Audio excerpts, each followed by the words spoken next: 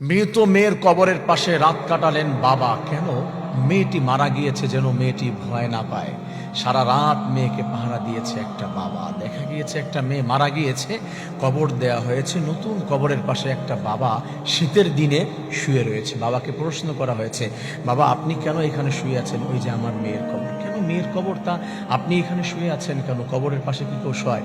বাবা চোখের পানি ছেড়ে দিয়ে কান্না করে দিয়ে বলেছে, আমার মেয়েটা রাতের বেলা ভয় পায়, একা একা ঘুমাতে পারে না, একা একা থাকতে পারে না। আমি তাকে সারা রাত পাহারা দিতাম, তার পাশে থাকতাম। আজ আমার মেয়েটা কবরের ভিতরে আছে, তার তো এখানে থাকতে কষ্ট হবে। আমার প্রিয় ভাইয়েরা, দেখা গিয়েছে এমন একটি দৃশ্য, বাবা রাতের বেলা শীতের দিন মেয়ের কবরের পাশে শুয়ে আছে, যেন মেয়ে ভয় না পায়। এটা হচ্ছে একটা বাবার ভালোবাসা। একটা মেয়েকে যে একটা বাবা কতটুকু ভালোবাসে, কলিজার সবটুকু দিয়ে ভালোবাসে, কলিজাটা ছিঁড়ে যায় একটা মেয়ে যখন দুনিয়ার থেকে বিদায় নেয়। আমাদের এই পৃথিবীতে আমরা বাবাকে কষ্ট দেই, মেয়েরা সেই মেয়ে বাবার মুখে চুনকালি লাগে একটু বড় হওয়ার পরে সব ভুলে যায়। বাবা তুমি আমার জন্য কি করেছো? কিছু করো নাই তুমি আমার জন্য। একটা বাবা তোমাকে পৃথিবীর মধ্যে জন্ম দিয়ে এনেছে, লালন পালন করে বড় করেছে, এর থেকে বড় আর কি হতে পারে? আর কি পাওয়া হতে পারে? একটা ছেলে বাবাকে ইনকাম করে খাওয়ায়, একটা মেয়ে তো ইনকাম করে খাওয়ায় না। তারপরে একটা মেয়ের প্রতি এত ভালোবাসা কেন, এত আদর কেন? মেয়েটা কলিজার টুকরা হয় কিসের জন্য? ভালোবাসা আল্লাহর পক্ষ থেকে। তাকে ভালোবাসে ইনকামের আশায় নয়, ভালোবাসা কলিজার সবটুকু দিয়ে একটা আশা রাখে যে আমার মেয়েকে লালন পালন করে বড় করব, আমার মেয়েকে সঠিক পাত্রস্থ করব, আমার মেয়ে আমার স্বপ্ন, আমার মেয়ে আমার মা, মা বলে ডাকে। মাকেও ভুলে যায় মেয়েকে পাওয়ার পরে। অনেক জায়গায় অবজেকশন, মাতে বলে মেয়েকে পেয়ে আমাকে ভুলে গিয়েছো, মেয়েকে মা বলে ডাকে। রাসূল করিম সাল্লাল্লাহু আলাইহি ওয়াসাল্লাম মা বলে ডাকতেন হযরত ফাতেমাকে, এত ভালোবাসতেন।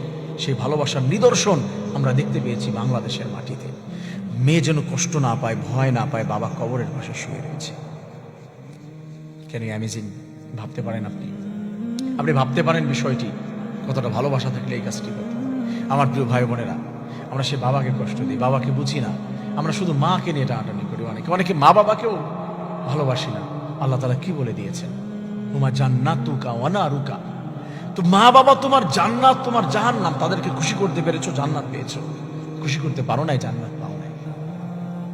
একটা মা বাবাকে যখন কষ্ট দেয়, আল্লাহ বলছে ফালা তাকুল্লাহুমা উফ। মা বাবাকে কষ্ট দিতে পারবে না। ফালা তাকুল্লাহুমা উফ, উফ শব্দ বলতে পারবে না।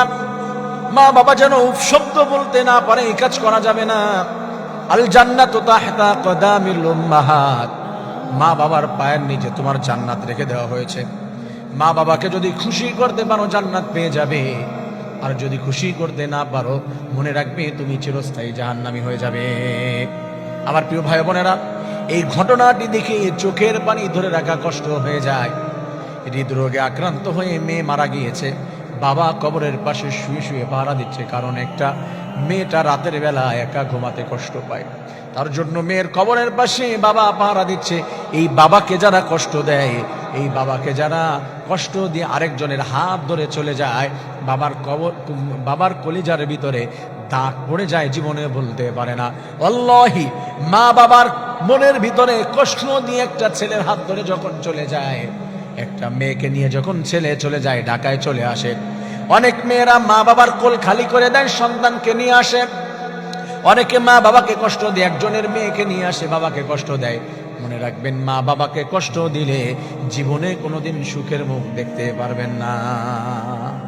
মনে রাখবেন, মা বাবার ভালোবাসা নিঃস্বার্থ। পৃথিবীর মধ্যে সব থেকে নিঃস্বার্থ ভালোবাসা একজনের পক্ষ থেকে আসে, সে হলো মা এবং বাবা।